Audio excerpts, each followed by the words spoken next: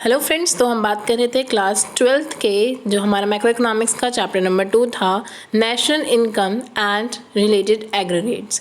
ठीक है, तो हम एग्रीगेट्स की बात करते हैं। ये बने कैसे, इसका प्रोसीजर हमने अलग अलग तोड़ के तो पढ़ लिया था पहले वाले पार्ट में। ठीक है, अब हम इन्हें एक बार टोटली एक साथ समझ लेते हैं। ठीक है, अब हमें क्या करना है, अभी तक की नॉलेज को सिर्फ कलेक्ट करके एक साथ लाना है, जो कि एक तरह से आपका पूरा रिविजन हो जाएगा। जब आप बात करोगे जी की, तो आपको पता है बात कर रहे हैं जी मतलब ग्रॉस होता है, ग्रॉस लाइक समथिंग जिसमें डेप्रिसिएशन ऐड होता है।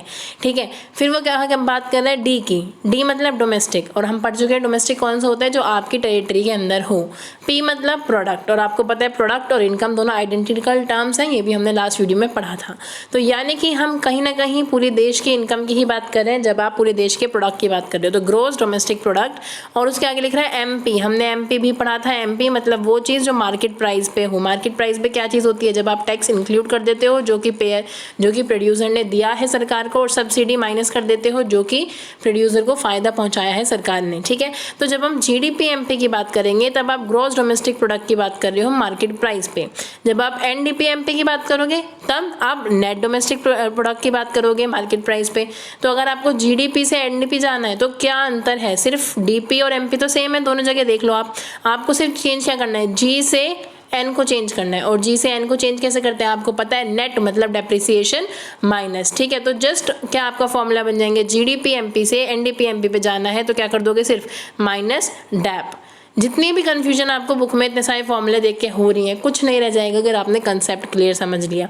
ठीक है, अगर हम इसके आगे बढ़े तो अब क्या है, जीडीपी एफसी की बात कर रहे हैं। जीडीपी वही जी मतलब ग्रॉस है, डोमेस्टिक है, प्रोडक्ट है, एट फैक्टर कॉस्ट है। एफसी की बात कर रहे हो, अगर आपको एफसी को जीडीपी एमपी में चेंज करना है तो क्या करोगे, आपको पता है फैक्टर कॉस्ट है। फैक्टर कॉस्ट मतलब सिर्फ वो चीज़ इंक्लूड है जिसमें बनाया गया है, लैंड, लेबर, कैपिटल, एंटरप्रेन्योर, बस इतने चीज़ों के इतने 4 फैक्टर जुड़े होंगे क्योंकि फैक्टर कॉस्ट है। अगर आपको मार्केट वाला प्राइस चाहिए, मार्केट पे ले जानी है जीडीपी एफसी, वो जीडीपी एफसी को ले जाना है, जीडीपी एमपी बनाना है, तो क्या करोगे, मार्केट में तो भाई टैक्स जुड़ेगा और सब्सिडी घटेगी, तो कर दोगे आप प्लस टैक्स माइनस सब्सिडी। ठीक है, आपको पता है। इसके अलावा अगर आप जीडीपीएफसी से आपको जाना है एनडीपीएफसी, तो ऑब्वियसली माइनस कर दोगे सिर्फ डैप, क्योंकि सिर्फ अंतर क्या है, जी से एन का। अब किसी भी एग्रीगेट को किसी भी दूसरे एग्रीगेट में बदलना है तो जितने भी टर्म्स आपको चेंज करनी है उतने ही आप बीच में आप क्या लगा दोगे, एक तरह से इनकी कड़ियाँ जोड़ दोगे। लाइक जीडीपी एमपी से एनडीपीएफ से जाना है तो आपको जी से एन को चेंज करना है। अब जी से एन पे पहुंचने के लिए क्या करना पड़ेगा, आपको माइनस डैप करना पड़ेगा, ये आपका पहला स्टेप हो गया। डी है ओके, पी है ठीक है, कुछ नहीं करना। एमपी को एफसी में चेंज करना है। जब किसी भी चीज़ को आपको फैक्टर कॉस्ट में चेंज करना है तो फैक्टर कॉस्ट के टाइम पे तो टैक्स नहीं लगा था ना, तो टैक्स कर दो माइनस, और जब आप फैक्टर कॉस्ट की बात कर रहे थे तब तो सब्सिडी का फायदा नहीं मिला था तब तक, तो सब्सिडी को कर दोगे प्लस। ठीक है, तो आपको इस वाली टर्म से इस वाली टर्म पे पहुंचने के लिए ये करना है। कैसे निकला, कंसेप्ट से निकला, जो भी एक एक वर्ड था आपका उस वर्ड की डेफिनेशन से निकला। आगे देख लेते हैं। अब आपकी बात करी जा रही है किसकी, जीएनपी, यानी कि अब आपने ये सारे चारों टर्म थी डोमेस्टिक की, अब आप चारों टर्म पढ़ लो नेशनल की। नेशनल में क्या है, जीएनपी यानी कि ग्रॉस नेशनल प्रोडक्ट। ग्रॉस मतलब वही आपका डेप्रिसिएशन जॉइन है, यानी कि जितनी भी फिक्स कैपिटल लगी हुई है उसमें जो भी यूज़ हुआ है, खर्चा हुआ है, वो ग्रॉस। नेशनल प्रोडक्ट यानी कि अब आप देश की सीमा पे सीमित नहीं हो, आप किस पे सीमित हो, अब लोगों पे, कि किसने कमाया है। भले ही लोग दूसरे देशों से कमा के लाएं, लेकिन अगर वो आपके नॉर्मल रेजिडेंट है तो आप वो जोड़ रहे हो। ठीक है, और हम नेशनल की ही बात करने वाले हैं। और प्रोडक्ट यानी कि प्राइस, और एमपी यानी कि मार्केट प्राइस की बात हो रही है। ठीक है, यानी कि इसमें क्या है, टैक्स जुड़ा हुआ है और सब्सिडी माइनस है ऑलरेडी। अगर आपको इसको एनएनपी में चेंज करना है, यानी कि net national product at market price, तो आपको जी से एन पे ले जाना है, तो सिंपल सी बात है, सिर्फ आपको डेप्रिसिएशन माइनस करना है। इससे आगे बढ़ जाएंगे अगर हम, तो क्या है, जीएनपी एफसी। अगर आपको इससे जीएनपी एफसी में जाना है तो देखो कितना कॉमन है, एन से जी पे जाओगे तो डैप को कर दोगे प्लस, सिंपल सी बात है। एमपी से एफपी पे एफसी पे जाओगे, एमपी से आपको मार्केट प्राइस से जाना है फैक्टर कॉस्ट, तो मार्केट में तो टैक्स जोड़ा था आपने, ठीक है, फैक्टर कॉस्ट में जाने के लिए टैक्स कर दोगे माइनस और सब्सिडी कर दोगे प्लस। ठीक है, समझ में आ गया, तो कोई कंफ्यूजन अब तो नहीं रही होगी आपकी। ठीक है, तो आप किसी भी टर्म से किसी भी टर्म में जा सकते हो। आप एनएनपीएफसी का देख लो, ठीक है, net national product at factor cost, इसको आप कहीं पे भी चेंज कर सकते हो। आप इन लोगों को भी आपस में कर सकते हो, लाइक डोमेस्टिक को नेशनल में कर सकते हो। आपको पता है डोमेस्टिक से नेशनल में करना है तो हमने क्या पढ़ा था, डोमेस्टिक टू नेशनल, डोमेस्टिक है यानी कि सिर्फ आपके देश की कमाई आ रही है, तो आप माइनस कर दोगे आपके देश में कमाई गई वो कमाई जो दूसरे लोगों ने कमाई है, और प्लस कर दोगे आपके देश की वो वाली कमाई जो आपके लोगों ने कमाई है, भले ही पूरी दुनिया से कमाई हो। ठीक है, यानी कि इनकम फ्रॉम अब्रॉड को आप प्लस कर दोगे और इनकम फ्रॉम नॉन रेजिडेंट को आप माइनस कर दोगे। ठीक है, तो आपका नेशनल आ जाएगा। नेशनल से अगर आपको डोमेस्टिक में जाना है तो अगेन आप इनके साइंस उल्टे कर दोगे ऑफ कोर्स। ठीक है, तो आपकी कोई कन्फ्यूजन यहाँ नहीं रही होगी। आप कभी भी ये मत सोचना कि आप एक एक फॉर्मूला रटोगे कि किसको किस में करना है, बल्कि नेशनल इनकम के इन एग्रीगेट्स को चेंज करने में तो कोई फॉर्मूला है ही नहीं। जस्ट 2-3 कॉन्सेप्ट है, ग्रॉस टू नेट कैसे जाना है, एमपी से एफसी कैसे जाना है, और डोमेस्टिक से नेशनल कैसे जाना है। आपको ये पता होनी चाहिए, आप उल्टे सीधा सब कुछ कर दोगे इसका। ठीक है, आगे चलते हैं। अब हम बात कर रहे हैं अपनी दो चीज़ों की। जो जीडीपी होती है, जीडीपी दो तरह की होती है। जीडीपी आपने सबसे ज़्यादा सुना होगा नाम, एनएनपी वगैरह तो अब आपने सुने होंगे। जीडीपी आपने बहुत पहले से सुना होगा नाम। अब ये जीडीपी होता क्या है, ग्रॉस डोमेस्टिक प्रोडक्ट, जो कि आपको बताता है पूरे देश में गुड्स एंड सर्विसेज की कितनी सप्लाई हुई। ठीक है, गुड्स एंड सर्विसेज की सप्लाई। ठीक है, तो जीडीपी भी दो तरीके से निकाला जा सकता है। जीडीपी दो तरीके से कैसे निकलता है कि जीडीपी बेसिकली अगर आप फॉर्मूला देखो तो क्या होता है, प्राइस इनटू क्वांटिटी की बात होती है कि कितनी क्वांटिटी पे कितने प्राइस में चीज़ें बिक गई। वही है आपका पूरे कि आप फ्लो देखते हो गुड्स एंड सर्विसेज का, क्वांटिटी और प्राइस। लेकिन ये जो मैंने पी इनटू क्यू लिया है, ये है कौन सा, एक अलग तरह का जीडीपी। यानी कि जीडीपी दो तरह का होता है, GDP at current price, GDP at constant price. अब ये कैसे होता है ये समझ लेते हैं। जब आप मार्केट वैल्यू की बात करते हो, ठीक है, किसकी, final produce goods and services की करोगे। आपको पता है नेशनल इनकम में आप सिर्फ फाइनल को ही जोड़ते हो। फाइनल को ही क्यों जोड़ते हो, अगर आपने इंटरमीडिएट वाले भी जोड़ दिए, ठीक है, और फाइनल के भी जोड़ दिए तो डबल काउंटिंग हो गई या नहीं हो गई। तो इसलिए आप बीच वाले नहीं जोड़ते हो, सिर्फ आप फाइनल प्रोडक्ट जोड़ते हो। ठीक है, जो बिल्कुल तैयार है मार्केट में जाने के लिए। ये हमने लास्ट चैप्टर में भी पढ़ा था कि क्यों हमने आइडेंटिफाई करा कि वो इंटरमीडिएट गुड है या फिर फाइनल गुड है, क्या है, हमें क्या ज़रूरत पड़ी है इतना कुछ पढ़ने की। ज़रूरत पड़ी है कि जब आप नेशनल इनकम जैसे कंसेप्ट निकालो तब आपकी डबल काउंटिंग ना हो। ठीक है, तो यहाँ पर अगर हम डेफिनेशन देखें तो जीडीपी की एक जनरल डेफिनेशन भी मान सकते हो कि आप मार्केट वैल्यू पे, मतलब मार्केट वैल्यू को काउंट करोगे आप, final produced goods and services. ठीक है, इतना तो जीडीपी की कॉमन है। डिफरेंस कहाँ आता है कि आप करंट ईयर की प्राइस ले रहे हो या फिर आप बेस ईयर की प्राइस ले रहे हो। अब ये करंट ईयर और बेस ईयर क्या होता है, देखो एक एग्जांपल से सीखते हैं। अगर मान लो आपकी इकोनॉमी में सिर्फ एक ही प्रोडक्ट है, दैट इज राइस। ठीक है, चावल है जो कि ये पूरी इकोनॉमी में गुड्स एंड सर्विसेज के नाम पे समझ लो कि राइस ही है, ऐसे वैसे होता नहीं है। लाइक फॉर एग्जांपल ही बता रही हूँ आपको, राइस के प्राइस एक ईयर में लगभग 2014 में समझ लो 5 रुपये किलो थे। ऐसा भी नहीं है, बट फॉर एग्जांपल ले रहे हैं हम। ठीक है, 5 रुपीज़ किलो है। और 2020 की अगर हम बात करें तो ये 10 रुपये किलो हो चुके हैं। ठीक है, जबकि 2014 में ये बिका था 2 किलो चावल बिके हैं सिर्फ पूरी कंट्री में, और यहाँ पे भी 2 किलो ही बिके हैं। ठीक है, लेकिन जीडीपी इसकी क्या आएगी, 5 2 10, और इसकी जीडीपी क्या आएगी, 10 2 20। ठीक है, तो अगर देखोगे तो इसमें प्राइस लिया आपने करंट ईयर के, जब आपने जीडीपी नापे, और इसमें भी आपने उस समय की करंट ईयर की ली थी। तो करंट ईयर में जब आप कंपेयर करते हो ना कि करंट ईयर के प्राइस ले लिया आपने, तो आप कंपैरिजन गलत करते हो। क्यों करते हो, क्योंकि कंपैरिजन हो ही नहीं सकता। अब इससे ये थोड़ा ना पता चला है कि गुड्स एंड सर्विसेज कितने इंक्रीज हुई। इससे तो क्या हुआ, प्राइस बढ़े तो प्राइस की वजह से जीडीपी बढ़ गई। ठीक है, तो जब आप करंट ईयर के प्राइस लेते हो, करंट ईयर के प्राइस होते हैं जब जिस साल की आप कैलकुलेशन कर रहे हो उसी साल के आप पैसे गिनते हो। अगर आप ऐसा करते हो तो आप रियल वाला वेलफेयर नहीं निकाल पाते, रियल वाला गुड्स एंड सर्विसेज के चेंजेस नहीं निकाल पाते। क्यों, क्योंकि आपकी जो जीडीपी बढ़ना है वो इस वजह से भी हो सकता है कि कहीं आपके प्राइस बढ़ गए हों, और जब प्राइस बढ़ते हैं तो क्या होता है, महंगाई ही बढ़ती है, गुड्स एंड सर्विसेज का फ्लो नहीं बढ़ता है इतना, और गुड्स एंड सर्विसेज का फ्लो नहीं बढ़ता है तो फायदा थोड़ी ना हुआ कुछ इस चीज़ से। ठीक है, तो सेंस क्या हुआ कि यहाँ पे 10 किलो वो जो आपकी जीडीपी आई 10, और यहाँ पे जो आपकी जीडीपी आई 20। कहने को जीडीपी इंक्रीज हुई है, लेकिन रियल में क्या गुड्स एंड सर्विसेज का फ्लो बढ़ा है, नहीं बढ़ा। ठीक है, तो जो करंट प्राइस वाला होता है उससे हम ज़्यादा एस्टिमेशन नहीं लगा सकते। तो देखो, अब हमने देखा जीडीपी एट करंट प्राइस, जब हमने 2020 के 10 रुपये लगाए, ठीक है, 10 रुपये के अकॉर्डिंग अपने वो देख लिया। ठीक है, दूसरे एग्जांपल लेते हैं हम। ठीक है, मान लो 2014 को हमने बेस ईयर मान लिया। ठीक है, यहाँ पे 5 रुपये किलो थे, और अब 2020 में अगर आप काउंट कर रहे हो, आपने यहाँ पे भी अब क्या लोगे, अब जो प्राइस है ना वो 5 रुपये वाला आप बेस ईयर के ही प्राइस लोगे। अब आप अपने नए प्राइस नहीं लगाओगे। जो प्राइस इनटू क्वांटिटी होगी ना, तो प्राइस के आगे स्टार मार्क है, यानी कि कहने का मतलब क्या है कि ये जो प्राइस हैं वो आप बेस ईयर वाले ही लोगे। ठीक है, तो अब क्या करेंगे हम, जितने भी क्वांटिटी होगी, मान लो 2 किलो, यहाँ और 2 किलो यहाँ। अब हम रियल कंपैरिजन कर सकते हैं ना, 5 to the 10, 10 की ही जीडीपी यहाँ हुई और 10 की ही जीडीपी यहाँ रही। कहने का मतलब कि फ़ायदा या फिर जो भी था, जितनी भी आपकी इनकम है वो 10 रुपये ही रही, कुछ बढ़ोतरी नहीं हुई है, ठीक है। इसके अलावा अगर मान लो क्वांटिटी 2 की जगह यहाँ पे 5 किलो हो जाती, ठीक है, अब आप रियल कंपैरिजन कर सकते थे। यहाँ की जीडीपी तो यही रहती 5 to the 10 और यहाँ की अब जीडीपी क्या हो जाएगी अगर क्वांटिटी बढ़ गई 5 to 25। तो अब ये जो 25 रुपये बढ़े हैं ये सिर्फ और सिर्फ क्वांटिटी की वजह से बढ़े हैं, यानी कि रियल का कंपैरिजन आप कर सकते हो कि गुड्स एंड सर्विसेज बढ़े या नहीं बढ़े। तो दो तरह की जीडीपी क्या है, जीडीपी एट करंट प्राइस और GDP at constant price. Current price जो आप उसी साल के प्राइस से करते हो और कांस्टेंट प्राइस जो आप बेस ईयर का प्राइस लेते हो। अब ये बेस ईयर क्या हो सकता है, बेस ईयर एक ऐसा ईयर हो सकता है जिसमें कि अच्छा खासा प्रोडक्शन हो गया हो, मतलब नॉर्मल रहा हो, ना कोई ऐसा हो कि ड्रॉट वगैरह आ गई हो, ना इकोनॉमिक रिसेशन, कुछ भी ऐसा नहीं हो, नॉर्मल ईयर हो, ठीक है। उसके ईयर को हम ज़्यादातर कांस्टेंट प्राइस के बेस ईयर में ले लेते हैं, ज़्यादातर 2011 को ले लिया जाता है बेस ईयर के प्राइजेस के अकॉर्डिंग, ठीक है। बाकी आपके क्वेश्चन के न्यूमेरिकल के अकॉर्डिंग भी वो आपको बेस ईयर के प्राइस बता सकते हैं, ठीक है। अब क्या है सीन आपका कि आप देख लेते हैं डिफरेंस क्या है। ये तो करंट ईयर प्राइस पे, ये बेस ईयर प्राइस पे आपको पता है।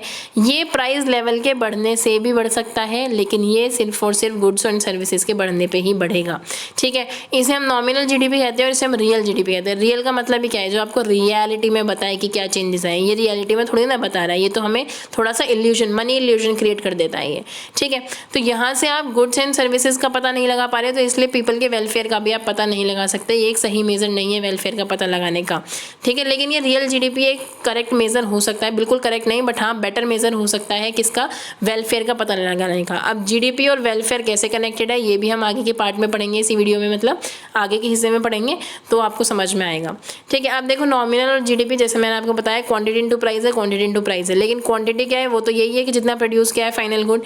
प्राइस नॉमिनल जीडीपी में है करंट ईयर का, जितना भी अकाउंटिंग ईयर है उसी टाइम का जितना भी प्राइस है वो, लेकिन रियल जीडीपी में कौन सा प्राइस है, जो बेस ईयर का प्राइस है, ठीक है। बस यही डिफरेंस है और कोई डिफरेंस इसमें नहीं आया है।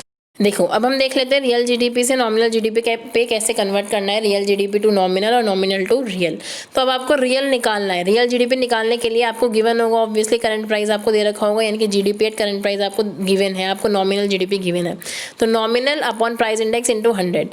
नॉमिनल जीडीपी बात करता है करंट प्राइस की, ठीक है, करंट प्राइस से निकाला हुआ है। प्राइस इंडेक्स क्या होता है, बेस ईयर का जो प्राइस होता है वो, ठीक है, उस टाइम, मतलब थोड़ा सा उसी तरह से होता है प्राइस इंडेक्स। और ये जो 100 होता है, ये 100 माना जाता है आपका रेट, एक तरह का किस चीज़ का रेट, जो कि आपका प्राइस इंडेक्स है बेस ईयर का, ठीक है। ये तो बेस ईयर का प्राइस इंडेक्स है कंफर्म, ठीक है। और ये वाला प्राइस इंडेक्स क्या है, उस टाइम का प्राइस ले लिया आपने, ठीक है। ये 100 हमेशा कॉमन रहता है। तो कहने का मतलब आपका फॉर्मूला सीधा सा है कि अगर आपको रियल जीडीपी निकालनी है तो nominal upon price index into 100 कर दो, ठीक है। और अगर आपको नॉमिनल निकालनी है तो real into price index upon 100 कर दो, ठीक है। कोई भी एक फॉर्मूला याद रखो, क्योंकि पता है मेरे बोर्ड एग्जाम्स में भी क्या होता था कि हमें कन्फ्यूजन हो जाती है कि हम रियल से नॉमिनल, नॉमिनल से रियल कैसे निकालें। तो 2 फॉर्मूले याद रखने की जगह कोई भी एक याद रखो, बाकी आप क्रॉस तो कर ही सकते हो। लाइक आपने याद रखा है कि रियल जीडीपी अगर आपको निकालनी है तो nominal upon price index into 100, ठीक है। तो अब अगर आपको कहते कोई नॉमिनल निकाल दो तो क्या करोगे, ये डिवाइड में इधर मल्टीप्लाई में चला जाएगा और ये मल्टीप्लाई में इधर डिवाइड में चला जाएगा, तो आपका नॉमिनल निकल जाएगा, ठीक है। इसके अलावा एक जीडीपी डिफ्लेटर होता है। जीडीपी डिफ्लेटर आपका ये प्राइस इंडेक्स निकालने का ही सिस्टम होता है, एक तरह से कितना डिफ्लेट करा, जो कांस्टेंट प्राइस और करंट प्राइस का एक तरह से परसेंटेज निकालने की बात होती है, ठीक है। तो जीडीपी डिफ्लेटर क्या होता है, करंट अपॉन कांस्टेंट इंटू 100, ठीक है। GDP at current price upon constant price into 100, या कह दो कि nominal upon real into 100, nominal upon real into 100। तो आपका ये प्राइस इंडेक्स कह दो या फिर जीडीपी डिफ्लेटर कह दो, ये आपका पता चल जाएगा। जीडीपी डिफ्लेटर बेसिकली एक रेशो होता है किसका, जीडीपी एट करंट प्राइस का और जीडीपी एट कांस्टेंट प्राइस का रेशो, ठीक है, जो कि एक परसेंटेज फॉर्म में आप निकालते हो, ठीक है। तो ये 2 फैक्टर आपको समझ में आ गए। रियल जीडीपी से अगर नॉमिनल में जाना है, नॉमिनल से रियल में जाना है, तो रियल है तो nominal upon price index into 100। और ये प्राइस इंडेक्स भी आपको क्वेश्चन में गिवन होता है, 100 आपका हमेशा कॉमन है ही, और ये तो नॉमिनल जीडीपी आपको दे रखी ही होगी, यानी कि सिर्फ आपको फॉर्मूला में पुट करनी है, real is equals to nominal upon price index into 100। और इसका ही उल्टा क्या हो जाएगा, नॉमिनल अगर निकालनी है तो real into price index upon 100, ठीक है। तो ये तो आप कर ही दोगे, ठीक है। जीडीपी डिफ्लेटर भी हमने देख लिया है कि आपको सिर्फ रेशो निकालना है दोनों का, ठीक है। इसी ही फॉर्मूले को चेंज हो जाना है और कुछ भी नहीं होना है कि क्या जीडीपी डिफ्लेटर या फिर प्राइस इंडेक्स कैसे निकलेगा, नॉमिनल अपॉन रियल इंटू 100, ठीक है, आप इसकी पहचान लगा सकते हो कि बेचारा रियल है, मतलब जो वास्तविकता होती है वो थोड़ी सी नीचे ही रह जाती है, कभी कभी प्रूफ नहीं कर पाते हैं हम लोग, ठीक है। तो इसलिए आप रियल को नीचे करके पहचान भी बना सकते हो। बाकी आप इतने सारे न्यूमेरिकल्स करोगे तो आपको समझ में आ ही जाएगा कि क्या सीन है, आपको कोई दिक्कत नहीं रहने वाली है। अब मैंने आपको बताया था कि अब हम बात करेंगे जीडीपी और वेलफेयर का रिलेशन है क्या आखिर। तो देखो, जीडीपी एक सबसे अच्छा माध्यम वेलफेयर का इसलिए माना जाता है क्योंकि ये बहुत ही इंटरलिंक्ड है। कैसे कैसे इंटरलिंक्ड है हम ये देखेंगे। अगर मान लो जीडीपी बढ़ी है कहीं की, ठीक है, जीडीपी बढ़ने का मतलब है कि ग्रॉस जो आपका डोमेस्टिक प्रोडक्ट है वो बढ़ा है, यानी कि गुड्स एंड सर्विसेज का फ्लो बढ़ा है। GDP is like goods and services का फ्लो बढ़ा है। गुड्स एंड सर्विसेज के फ्लो का बढ़ने का मतलब है कि गुड्स का फ्लो बढ़ने का मतलब है कि यहाँ पे एम्प्लॉयमेंट भी बढ़ी है, कुछ लोग आए होंगे जिन्होंने गुड्स बनाए होंगे, सर्विसेज बढ़ी है मतलब कुछ लोगों को एम्प्लॉयमेंट मिली होगी। यानी कि राइज इन रियल जीडीपी का मतलब है कि आपकी एम्प्लॉयमेंट बढ़ रही है और लोगों की एफिशिएंसी बढ़ रही है, यानी कि लोग ज़्यादा काम कर रहे हैं कहीं ना कहीं, ठीक है। अब ज़्यादा काम करने का मतलब है कि उनकी इनकम भी ज़्यादा बढ़ेगी, ठीक है। इनकम ज़्यादा बढ़ी इसका मतलब है कि जो उनकी डिमांड है वो ज़्यादा करेंगे। क्यों? जैसे ही आपकी इनकम बढ़ती है, इनकम बढ़ने के साथ साथ फिर अगर मान लो कोई 5 रुपये कमा रहा था तो वो शायद कोई एक टॉफ़ी खरीद रहा है या कुछ कर रहा है या कुछ भी है, तो 5 रुपये कमा रहा था तो कम चीज़ें खरीद रहा है, 15 रुपये कमाएगा तो ऑफकोर्स ज़्यादा चीज़ें खरीदेगा, ठीक है। तो इनकम बढ़ते क्या होता है, इकोनॉमी में डिमांड ज़्यादा बढ़ती है, एग्रीगेट डिमांड। तो जैसे ही इनकम बढ़ी, डिमांड बढ़ी, डिमांड के बढ़ते क्या होगा, इन्वेस्टमेंट करने का प्रोत्साहन बढ़ेगा। लोगों को लगेगा कि अच्छा डिमांड ज़्यादा हो रही है तो चलो और इन्वेस्टमेंट करते हैं और प्रोडक्शन करेंगे। जैसे ही इन्वेस्टमेंट आपने ज़्यादा करी, इन्वेस्टमेंट ज़्यादा करते ही, यानी कि इन्वेस्टमेंट के लिए प्रोत्साहन ज़्यादा करते ही इन्वेस्टमेंट ज़्यादा होगी, इन्वेस्टमेंट के ज़्यादा होते ही फिर से आपके गुड्स एंड सर्विसेज के प्राइस ज़्यादा होंगे, और गुड्स एंड सर्विसेज के प्राइस मतलब प्राइस नहीं सॉरी क्वांटिटी ज़्यादा होगी, तो जैसे ही जीडीपी इंक्रीज होगी तो अगेन सर्कल चल जाएगा। तो देखो ये सर्कल कितना इंटरेस्टिंग है, बहुत ही सिंपल सा है कि जैसे ही आपकी जीडीपी बढ़ी, जीडीपी के बढ़ते ही एम्प्लॉयमेंट बढ़ी, लोगों के पास तो पैसा आया, पैसा आते ही लोगों ने डिमांड करी, लोगों की डिमांड करते ही प्रोड्यूसर को लगा कि ठीक है मुझे इन्वेस्टमेंट करना चाहिए, उसने इन्वेस्टमेंट बढ़ा दी, इन्वेस्टमेंट के बढ़ते ही फिर से जीडीपी बढ़ी, ठीक है। अब फिर से जीडीपी राइज होगी, एम्प्लॉयमेंट बढ़ेगी तो लोगों की इनकम बढ़ेगी तो लोग डिमांड करेंगे तो फिर प्रोड्यूसर ज़्यादा इन्वेस्ट करेगा, ज़्यादा इन्वेस्टमेंट करेंगे तो फिर से जीडीपी बढ़ेगी। तो ये एक पूरा सर्कल चलता रहता है, ये पूरी साइकिल चलती रहती है, जिससे हमें कहीं ना कहीं पता चलता है कि जीडीपी बढ़ना यानी कि पूरी इकोनॉमी अच्छा बूस्ट कर रही है, वेलफेयर हो रहा है, ठीक है। लेकिन हर कोई चीज़ बेस्ट नहीं होती है, लिमिटेशंस होती हैं, और ये लॉन्ग क्वेश्चन आंसर्स में मतलब मैक्रो इकोनॉमिक्स के लॉन्ग में ज़रूर आता है, 6 मार्क्स का आता है, तो 6 पॉइंट्स लिखने ज़रूरी हैं। आपकी कुछ बुक्स में सिर्फ 4 हैं, तो हम यहाँ पे 6 पॉइंट्स डिस्कस करने वाले हैं।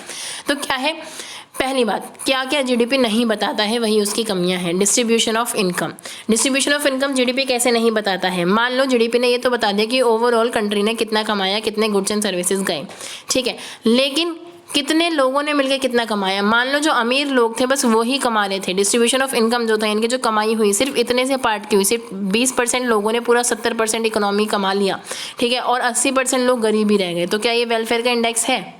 नहीं है, ठीक है, क्योंकि हमें पता है कि क्या है कि जितनी भी अगर हमारी जीडीपी भी बढ़ रही है तो हमें पता है भुखमरी भी है देश के अंदर, स्टारवेशन से लोग मर जाते हैं, ठीक है, ये सारी चीज़ें भी हैं। तो जीडीपी ये नहीं दिखाता है कि क्या इक्वालिटी है पैसों की, ये नहीं दिखाता है कि कितने लोगों के पास कहाँ इनकम गई है, सिर्फ दिखाता है कि इनकम बढ़ गई, किसकी बढ़ गई ये नहीं दिखाता, पहला इसका ड्रॉबैक। दूसरा, कंपोजिशन ऑफ जीडीपी बढ़ी किस चीज़ से है। लाइक अगर मान लो डिफेंस प्रोडक्ट है, ठीक है, यानी कि हमने बंदूकें वगैरह खरीदी हैं और ये वेपन्स वगैरह बन रहे हैं, बॉम्ब वगैरह बन रहे हैं, उससे हमारी जीडीपी बढ़ी है। तो इन प्रोडक्ट का डायरेक्ट वेलफेयर पे तो कोई फ़ायदा नहीं है ना, डायरेक्ट सोसाइटी की, सिविल सोसाइटी पे तो कोई फ़ायदा नहीं है, इनडायरेक्टली फ़ायदा है, लेकिन जो गरीब इंसान है उसके वेलफेयर पे तो उसका कोई फ़ायदा नहीं है ना। तो जीडीपी ये नहीं दिखाता कि जो आपकी जीडीपी बढ़ रही है, ठीक है, वो किन प्रोडक्ट्स के बढ़ने से बढ़ रही है। बस कोई भी प्रोडक्ट बढ़ जाए, बस कोई भी प्रोडक्ट बढ़ जाए, जीडीपी बढ़ जाएगी, ठीक है। तो कौन सा प्रोडक्ट है ये वो नहीं दिखाता है, ठीक है। अगर इसकी जगह किसी और प्रोडक्ट में कोई काम होता, हेल्थ सेक्टर में होता, एजुकेशन सेक्टर में होता, तो कहीं ना कहीं वेलफेयर बढ़ सकता है। तो ये नहीं दिखाया कि अगर मान लो कहाँ पे वो बढ़ रही है, डिफेंस में बढ़ रही होगी मान लो, तब जीडीपी बढ़ रही है, तो थोड़ी ना डायरेक्ट फ़ायदा हो रहा है। तो ये इसकी लिमिटेशन है, ठीक है। तीसरी लिमिटेशन क्या है, नॉन मॉनेटरी एक्सचेंजेस। हमें पता है आज भी बहुत से गाँव ऐसे हैं हमारे देश के जो बहुत ही बैकवर्ड हैं, वहाँ पर पता नहीं कितनी ही ट्रांजेक्शन बिना पैसे के हो जाती हैं, ठीक है। अगर मान लो एक के खेत में गन्ना उग रहा है, दूसरे के खेत में व्हीट उग रहा है, तो वो दोनों एक्सचेंज कर लेंगे जहाँ पे मॉनेटरी इन्वॉल्व नहीं हुआ, लेकिन दोनों की ही वेलफेयर हुआ, दोनों की ही जो डिमांड्स थी वो फुलफिल हो गई।